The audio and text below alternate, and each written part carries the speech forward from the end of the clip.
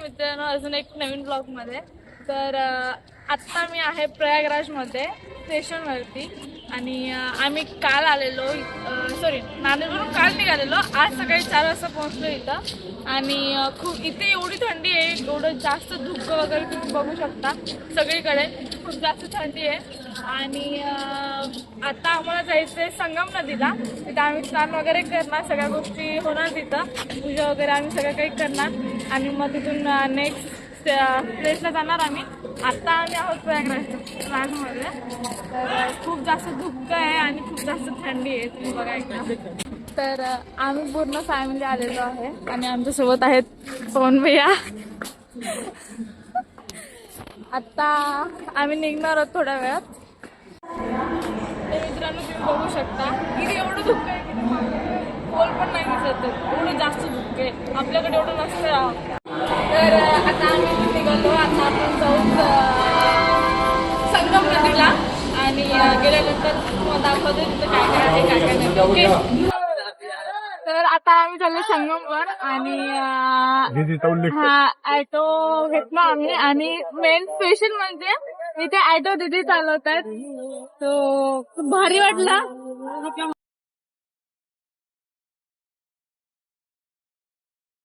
आता आम्ही आलो प्रयागराजवरून संगम घाटाला आणि इथे बोटिंग वगैरे आहे, बघू शकता.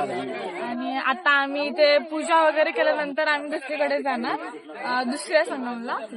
आणि बघू, पुढे तुम्हाला दाखवतेच राहील मी काय काय आहे, काय काय नाही. इकडे किल्ला पण आहे. तर आता आम्ही झालो त्रिवेणी संगमला आणि खूप दिवसापूर्वी माझी अशी इच्छा होती की नाव चालवायची.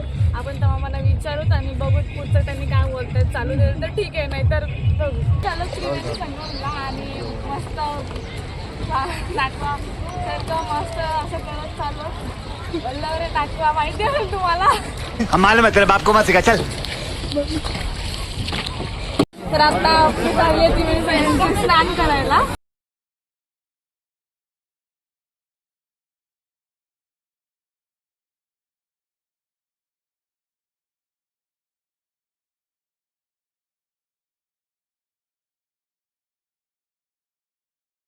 अशा प्रकारे आमचं सगळ्यांचं स्नान झालेलं आहे त्रिवेणी संगमावर आणि आता आम्ही रिटर्न चाललो संगम घाटावरती.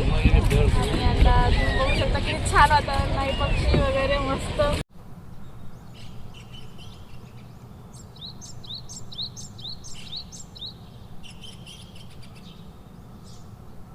त्यांना मी बोलवलं होतं, आले पण होते, तुम्ही बघू शकता ती क्लिप.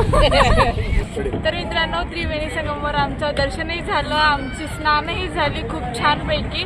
आणि माझी जी इच्छा होती नाव चालवायची तीही मी चालवली मस्तपैकी. म्हणजे प्रयत्न केला, मला तर कळत नाही, ज्याचं काम चालत येतं. तरी त्या मामांनी मला शिकवलं, थोडंसं ट्रेन केलं कसं करायचं काय नाही. मी बघू शकता, मी क्लिप पण टाकली आहे.